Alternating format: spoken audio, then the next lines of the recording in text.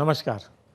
बिहार विधानसभा चुनावों से पहले भारत के निर्वाचन आयोग ने बिहार में एसआईआर यानी special intensive revision of electoral rolls ये प्रक्रिया प्रारंभ की थी।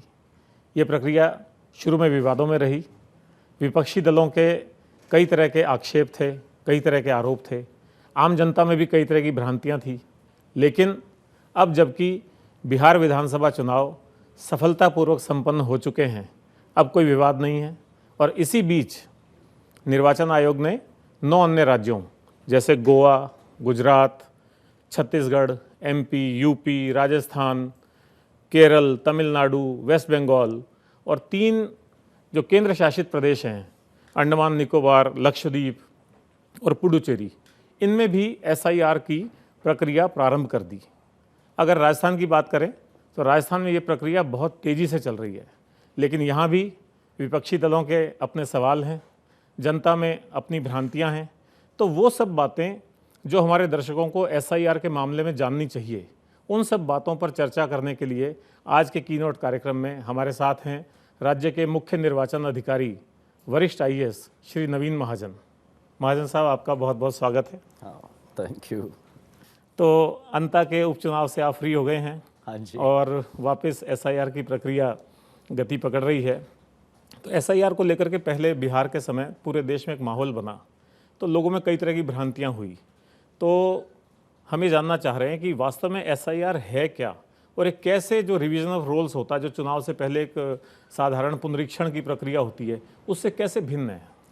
देखिए, जो एसआईआर है, एसआईआर का मेन मकसद है कि हमारे जो इलेक्टोरल रोल है, जो वोटर लिस्ट है, ये प्योर हो और हाइजेनिक हो। मतलब कि ये शुद्ध हो और इसमें से जो विशुद्धियां हैं, विशुद्धियां हो सकती हैं, जैसे कुछ लोग वोटर लिस्ट में थे पर कालांतर में उनकी डेथ हो गई, पर समाओ वोटर लिस्ट में उनका नाम हटाया नहीं गया। फिर बहुत से लोग ऐसे होते हैं जो ऑर्गेनाइज या अनऑर्गेनाइज सेक्टर में एम्प्लॉयड होते हैं at one point of time किसी पर्टिकुलर प्लेस में, तो वहाँ से उनका स्थानांतरण किसी दूसरे शहर में हो गया, किसी दूसरी जगह पे हो गया, तो स्वाभाविक है कि वो लोग वहाँ से शिफ्ट होके दूसरी जगह चले। मैं बैंक में मैनेजर था, आज मैं जयपुर में था, मेरा नाम वोटर लिस्ट में था, मैं बैंक ने मुझे अहमदाबाद भेज दिया तो मैं अहमदाबाद चला गया। मेरा वोटर लिस्ट में नाम मैंने कटवाया नहीं, किसी ने मेरे अगेंस्ट आक्षेप किया नहीं, तो मैं वोटर लिस्ट में रह गया। सो ये सेकंड सेगमेंट है जो इस तरह से शिफ्ट कर गई।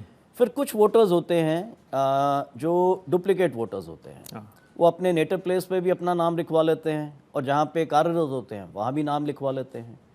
तो मिसाल के तौर पे मैं पंजाब से हूँ, तो नेटिव प्लेस पे भी अगर मैं अपना नाम रखता हूँ और मैं राजस्थान में कार्यरत हूँ, मैं यहाँ भी नाम रखता हूँ, तो मैं डुप्लीकेट वोटर हूँ। सो इस तरह की जो विशुद्धियाँ हैं, इसको भी अगर हम हैंडल करते हैं तो वोटर लिस्ट हमारी प्योर और हाइजेनिक होती है। सो एसआईआर में हम बहुत ही गहनता से एक एक घर जाके एक एक मतदाता की तस्दीक करते हैं। तो ये राजस्थान में जो कार्रवाई हो रही है, बिल्कुल जैसा बिहार में हुआ था वही सब है।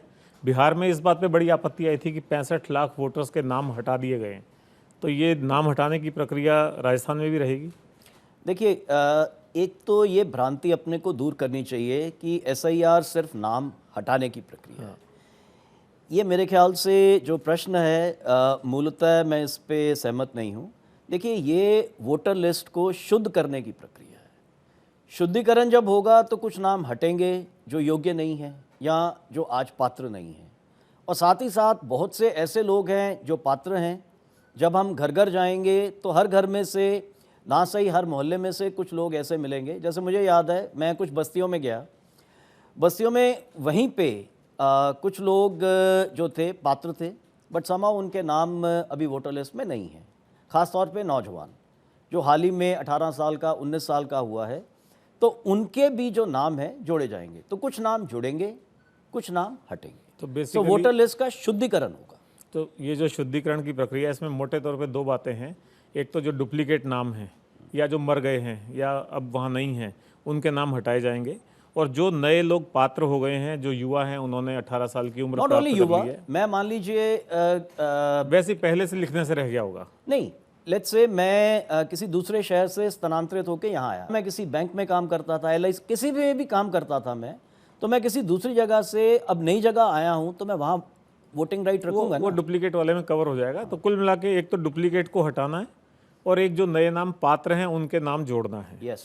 तो क्या कोई नेशनल लेवल पे पोर्टल है जिस पे जांच हो सके कि डुप्लीकेट कौन कौन है? जैसे आपने खुद ने कहा कि आपका नाम पंजाब में भी हो सकता है, राजस्थान में भी हो सकता है, तो कोई भी व्यक्ति हो सकता है ये बताए नहीं कि उसका नाम पंजाब में भी है।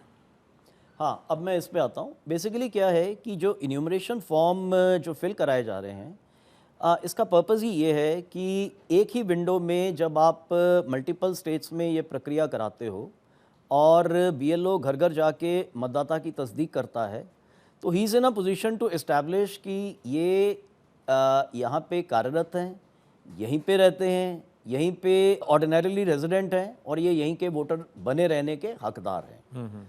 सो डुप्लीकेट एंट्रीज तो हम फिज़िकल जो मैपिंग कर रहे हैं उससे हम हैंडल कर लेते हैं।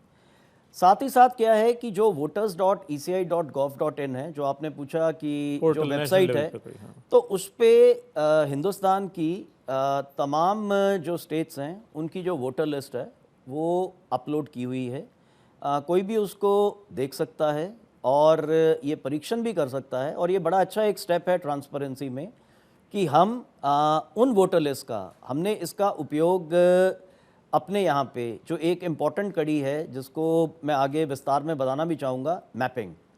मैपिंग का मतलब है कि जब लास्ट SIR उस स्टेट में हुआ, जैसे राजस्थान में 2002 में हुआ, 23 साल पहले हुआ, तो 23 साल पहले का जो हमारा जुड़ाव है, अगर मैं 40 साल से बड़ा हूँ तो डेफिनेटली मैं अगर 23 साल पहले अडल्ट था तो मेरा नाम कहीं ना कहीं राजस्थान की मतदाता सूची में होगा या हिंदुस्तान की मतदाता सूची में होगा। और अगर मैं छोटा हूँ तो मेरे पेरेंट्स का होगा, पेरेंट्स का नहीं तो ग्रैंड पेरेंट्स का होगा, किसी का तो होगा। सो ये जो मैपिंग है, ये मैपिंग बहुत चीज़ें इस्टेब्लिश करती है। पर जब आप ये नॉर्मल रिवीजन ऑफ रोल्स करते हैं तो एक फॉर्म 6 होता है नए नाम जुड़वाने के लिए, 6A होता है शायद नाम कटवाने के लिए। तो अभी जो ये फॉर्म घर घर जा कर के दे रहे हैं उसमें फॉर्म 6 या उसकी कोई व्यवस्था दिख नहीं रही है, वो केवल उसका वेरिफिकेशन करवा रहे हैं। खुद मेरे यहाँ भी जो लोग आए उन्होंने पुरानी जो एंट्रीज़ हैं उसको वेरीफाई कराया, लेकिन अगर मुझे मेरे घर में किसी का नया नाम जुड़वाना है तो उसकी कोई व्यवस्था उसमें नहीं थी। ये जो फॉर्म इन्यूमरेशन फॉर्म है, इन्यूमरेशन फॉर्म के अलावा अगर आपने किसी का नाम जुड़वाना है तो सेपरेटली फॉर्म 6 आपको फिल करना होगा। अब जो फॉर्म 6 है वो BLO के पास हमने रखा है।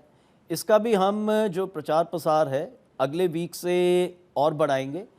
हमारा जो फर्स्ट चरण था उसमें हमारा जो मैक्सिमम फोकस था कि हम फॉर्म्स को डिस्ट्रीब्यूट कर सकें। राजस्थान में नियरली 5 करोड़ 46-47 लाख वोटर हैं। इतनी बड़ी तादाद में पहले एक एक मतदाता तक फॉर्म पहुंचाना था। हमने बहुत इंटेलिजेंटली इस को ऑर्गेनाइज़ किया और आज जब हम बात कर रहे हैं तो मैं ये संतोष व्यक्त कर सकता हूं कि राजस्थान के हर मतदाता के पास ये जो फॉर्म है उसके घर में पहुंच गया है। हाँ, बस वो अगर फॉर्म 6 भी साथ साथ अवेलेबल करा दे या पूछ ले तो थोड़ा उपयोगी हो सकता है। तो जो फॉर्म 6 है, फॉर्म 6 भी अगर किसी के घर में, किसी के मोहल्ले में कोई पात्र व्यक्ति है तो वो भी फॉर्म 6 BLO को दे सकता है और उसके हिसाब से जो नए वोटर्स का नाम है वो भी वोटर लिस्ट में आ जाएगा। तो ये जो आप मैपिंग की बात कर रहे थे, what exactly is the mapping? और मुझे बताया वैसे मैपिंग राजस्थान में बहुत अच्छी हुई है, तो उस पर थोड़ा सा खुलासा करिएगा। देखिए, हम लोग पूरे इंडिया में अगर मैपिंग की बात करें तो हम लोग फ्रंट रनर्स रहे हैं। जिस टाइम ये SIR बिहार में स्टार्ट हुआ था और जब कमीशन ने हमें एक कम्युनिकेशन किया था कि राजस्थान में भी ये लाइकली है, तो मुझे लगा कि बिहार में जो वोटर्स हैं, जो मेन नरेटिव बना था कि वोटर्स को डॉक्यूमेंट्स के लिए परेशानियाँ आई। सो आई वांटेड कि हम लोग जब राजस्थान में इसको इम्प्लीमेंट करें तो डॉक्यूमेंट्स की जो रिक्वायरमेंट है इसको सिटीजन से जो इसका बर्डन है उसको मिनिमाइज करें। सो ये मेरा उद्देश्य था as CEO। Election Commission of India भी यही चाहता था कि जो डॉक्यूमेंट्स हैं, डॉक्यूमेंट्स केवल उन्हीं लोगों के लिए जाएं जिनकी मैपिंग नहीं कर पा रहे। सो हम लोगों ने यहाँ प्रयास करके SIR की फॉर्मल अनाउंसमेंट से पहले 2 महीने हम लोगों ने अपना जो पुराना SIR का डेटा था वो हर BLO को उपलब्ध कराया। उसके बेसिस पे हम लोगों ने कलेक्टर्स की और जो हमारे EROs हैं, प्राइमरीली जो RS ऑफिसर्स होते हैं, SDMs होते हैं, तो उनकी मैंने खुद 7-8 मीटिंग्स ली, बड़ी डिटेल्ड मीटिंग्स ली, और हम लोगों ने SIR को प्रारंभ करने से पहले ही लगभग 65 से 70% जो हमारे एग्जिस्टिंग वोटर्स थे, इनकी पुरानी SIR जो सूची थी उससे मैपिंग संपादित कर दी। अब जो SIR की गाइडलाइंस हैं उसमें ये क्लियर है, जिनकी मैपिंग हो गई उन इलेक्टर्स से किसी भी तरह का कोई भी दस्तावेज नहीं लेना। सो आज जब हम बात कर रहे हैं तो 70% मतदाता राजस्थान के, इनको पूरी इस एक्सरसाइज में सिर्फ अपना गणना प्रपत्र भरना है, एक कलर्ड फोटोग्राफ के अलावा कोई दस्तावेज नहीं देना। दस्तावेज नहीं देना, लेकिन इसी से जुड़ी हुई बात है कि उसमें आधार नंबर मांग रहे हैं और साथ में उसका टेलीफोन नंबर मांग रहे हैं, मोबाइल फ़ोन नंबर मांग रहे हैं। उसको लेकर के जनता में काफ़ी भ्रांतियाँ हैं कि एक तो आधार लिंक से हर कोई डर रहा है, और दूसरा जो मोबाइल नंबर है उससे वो कहते हैं पहले साइबर फ्रॉड बहुत हो रहे हैं, तो हमारा मोबाइल नंबर जो है कॉमन हो जाएगा, तो उसमें कोई साइबर फ्रॉड की जैसी स्थिति ना आ जाए। तो ये बहुत ज़रूरी है। वोटर लिस्ट में इनकी क्या क्या उपयोगिता है? मैं बताता हूँ। इसमें क्या है कि जो नोटिफिकेशंस हैं उसके पॉइंट ऑफ व्यू से बहुत इम्पोर्टेंट है। हम लोग अगर नोटिफिकेशन देना चाहते हैं किसी भी तरह का, जब ड्राफ्ट रोल बनेगा उसके बाद हम लोगों ने आपको उसी मोबाइल पे नोटिफिकेशंस आएंगे। सेकंड, ये जो सारे का सारा डेटा है, प्राइवेसी कंसर्न्स जो हैं इसमें बाकायदा एड्रेस किए जा रहे हैं। ECI की जो डेटा प्राइवेसी है उस पर बहुत ज़्यादा सेंसिटिविटी है। मैं ये भी बता दूं कि पहले अगर कोई वोटर था, इसमें जो हमने ऑनलाइन सबमिशन भी रखा है, दैट इज़ नाउ E-साइन बेस्ड। आधार से आपका ऑथेंटिकेशन होगा, यानी कि अगर आपने ऑनलाइन सबमिशन अपने फॉर्म का करना है, विकल्प है, पर कोई दूसरा नहीं करेगा, आप ही करेंगे। और मुझे ये बताते हुए खुशी है कि राजस्थान में जब हम बात कर रहे हैं 1,15,000 मतदाता ऑनलाइन SIR में अपने जो इन्यूमरेशन फॉर्म है ये भर चुके हैं। पर ऑनलाइन का बड़ा लिमिटेड प्रचार प्रसार है, और वैसे अपना अपना व्यू हो सकता है, खैर सरकार जो करती है सही करती है। अगर इसका एक मोबाइल ऐप बन जाता, या हर आदमी के पास ये होता कि आपको अपनी एंट्री मोबाइल ऐप के माध्यम से करनी है, तो मेरे ख्याल आपका जो कलेक्शन ऑफ डेटा है वो भी आसान होता, और उसकी जो सीक्रेसी है वो भी कंपैरेटिवली मेंटेन होती। इसमें जो BLO है वो ऐप पे ही परफॉर्म कर रहा है, पर खुद यूजर नहीं कर सकता, BLO उसको इकट्ठा करके करता है। तो BLO उस ऐप के जरिए he is then integrated to ECI net. Photo भी ले रहे हैं, वो फोटो भी हार्ड कॉपी ले रहे हैं, तो फिर फोटो को वो क्या स्कैन करेगा या क्या करेगा? दोनों चीज़ें हैं। आपके पास दोनों विकल्प हैं। आप का फोटो BLO वहाँ पे लेटेस्ट अपने स्मार्टफोन से वो भी ले सकते हैं। नहीं, ऐसा तो कहीं देखने में नहीं, कई जगह है। और ऐसा नहीं है, काफ़ी बड़ी तादाद में वोटर्स ने अपने फ़ोटो BLO से खिंचवाए हैं और अपलोड कराए हैं। ये शहर में क्या है कि हम लोग क्योंकि यहाँ बैठे हैं, तो शहर में क्या है, घरों में आराम से ये कलर्ड फोटोग्राफ्स मिल जाते हैं, गाँव में सब जगह नहीं मिलते हैं। सो अगर हम रूरल कंटेक्स्ट में मोबाइल ऐप एक अच्छा माध्यम हो सकता था अगर इसको उससे करते। अब इसमें एक और बड़ा चैलेंज होता है, वो जो हमारे माइग्रेंट लेबर्स हैं और घुमंतु जातियां जो हैं, बहुत सारे लोग हैं जो प्लेस टू प्लेस काम करने के लिए, लेबर करने के लिए जाते रहते हैं, उनको कैसे टैप कर रहे हैं आप? इसमें हम लोगों ने खास तौर पे जो डिस्ट्रिक्ट मशीनरी है, देखिए राजस्थान में एक पहले से एक परंपरा रही है, यहाँ की जो एडमिनिस्ट्रेशन है इस तरह के कंसर्न्स पे बहुत ही सेंसिटिव रही है। मैं खुद भी इतने ज़िलों में कलेक्टर रहा हूँ। हम लोगों ने इनको उसी पॉइंट पे इनको रखा है कि हमें रोल्स इंक्लूसिव रखने हैं, और ख़ास तौर पे जो मार्जिनलाइज सेक्शंस हैं, जो इस तरह की आपने बात कही कि जो सोशली डिसएडवांटेज ग्रुप्स हैं या घुमंतु जातियां हैं, तो ये जहां भी आज रहवास कर रही हैं, इनके प्रोएक्टिवली फॉर्म से भरवाने हैं और इनको वोटर लिस्ट में रिफ्लेक्ट कराना। तो इसकी पारदर्शिता रखने के लिए जैसे मतदान के दिन पोलिंग डे पे इलेक्शन एजेंट और वो पोलिंग एजेंट की व्यवस्था की जाती है कि वो उम्मीदवार की तरफ से आके देख सकते हैं सब कुछ ठीक ठाक चल रहा है नहीं चल रहा, तो यहाँ पे भी ऐसी कोई व्यवस्था? यस, यहाँ बूथ की है? लेवल एजेंट्स हैं। ओके। और मैं जो कह और रहा वो हूँ, बीएलओ के काम को देख सकते हैं, उससे Yes. बातचीत कर सकते हैं। और दोनों पार्टीज जो नेशनल पार्टीज हैं, उसके अलावा जो बाकी भी दल हैं जिनकी राजस्थान में प्रेजेंस है, उन सब ने भी अपने बूथ लेवल एजेंट्स फील्ड में तैनात किए हैं। सो वो एक विधिवत प्रक्रिया के अंतर्गत नियुक्त किए गए हैं और वो बीएलओस के साथ इस काम को ग्रासरूट्स लेवल पे देख रहे हैं। फिर तो मेरे ख्याल काफ़ी ट्रांसपेरेंसी रहेगी, फिर कोई ऐसी आपत्ति आनी नहीं चाहिए। और ये जो आपने नए मतदान केंद्रों की बात कही, तो अभी आप कह रहे हैं 9,000 मतदान केंद्र हम बढ़ाएंगे, तो अगर काफ़ी नाम कट जाते हैं या कुछ होता है तो कई मतदान केंद्र कम भी होंगे। ये ऐसे है, जो हमारे इफेक्ट हो रहे हैं ना, वो अंदाज़न 18 से 20 हज़ार हैं। सो जब हम नाप तोल के कुछ कम होंगे, कुछ जगह बढ़ेंगे, कुछ जगह एडजस्ट होंगे, सो तीनों चीज़ें होंगी, तो तीनों चीज़ों का जो नेट गेन होगा वो रफली 9,000 होगा। तो आपत्ति लेने के लिए नहीं बीएलओ का सिस्टम रहेगा, या अपने मतदान केंद्र पे कोई जाके आपत्ति दर्ज करा दे? ऑनलाइन ईआरओ तो कलेक्ट्रेट में बैठेगा। वो ऑनलाइन आपत्ति अपनी दर्ज कराएगा।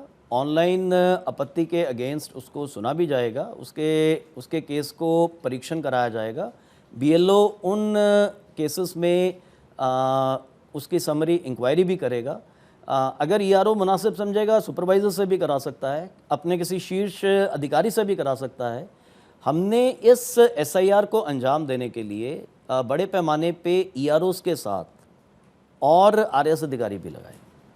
अभी हमने सेक्रेटरी रैंक के जो आईएएस ऑफिसर्स हैं, उनको भी रोल ऑब्जर्वर बनाया। ओके। सो 3-3 ज़िलों पे एक रोल ऑब्जर्वर रहेगा, जो सुपर टाइम स्केल के आईएएस ऑफिसर्स होंगे। सो ये प्रक्रिया पे हर तरह का सुपरविजन होगा और आप निश्चिंत रहिए, इसमें हर तरह की जो कंसर्न्स हैं वो एड्रेस होंगी, हर किसी को मौका मिलेगा। इनफैक्ट अगर उसके बाद भी किसी का ग्रीवेंस है तो अपील मैकेनिज्म्स भी हैं। सो हमने इन अपील मैकेनिज्म्स को भी पॉलिटिकल पार्टीज़ को बताया है, और उन अपील मैकेनिज्म्स के अंतर्गत आप ईआरओ के फैसले से नाखुश हैं, you can move the collector, जो डिस्ट्रिक्ट इलेक्शन ऑफिसर है।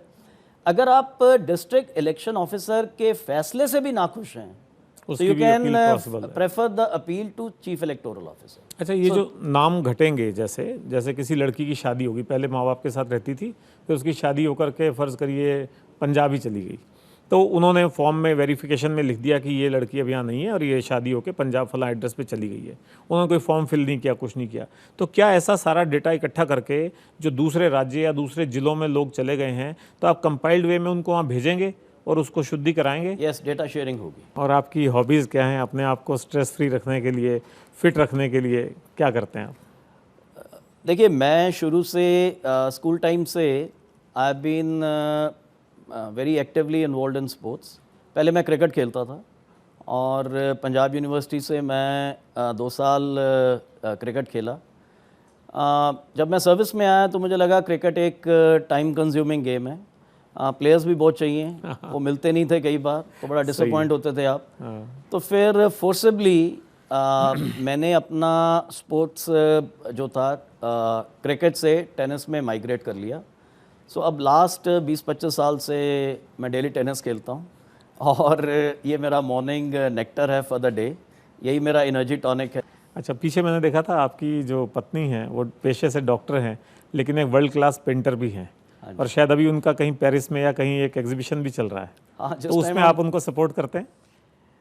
देखिए, स्पाउस जो आपका लाइफ पार्टनर है, उसका अगर क्रिएटिव टैलेंट है और वो उस स्तर का है, सो मेरे ख्याल से उसको सपोर्ट करना चाहिए। कोई भी अगर जेन्युइन लाइफ पार्टनर है, वो अपने स्पाउस को इस तरह के क्रिएटिविटी के लिए इंकरेज करेगा, इंडोर्स करेगा। और यू आर राइट, अभी जब हम बात कर रहे हैं तो उनका पेरिस में जो आर्ट एग्जीबिशन है वो चल रहा है, और it's a matter of pride. अगर ये एसआईआर नहीं होता तो शायद मैं भी उनके साथ पेरिस में। चलिए, बहुत अच्छी बातचीत रही। मेन पर्पज़ ये था कि एसआईआर, खासतौर पे बिहार विधानसभा चुनाव भी ख़त्म ही हुए हैं, तो इसकी एक रेलेवेंस है, लोग जानना चाहते हैं, तो आपने बहुत अच्छी विस्तार से पूरी जानकारी दे दी। आपका बहुत बहुत शुक्रिया। Thank you.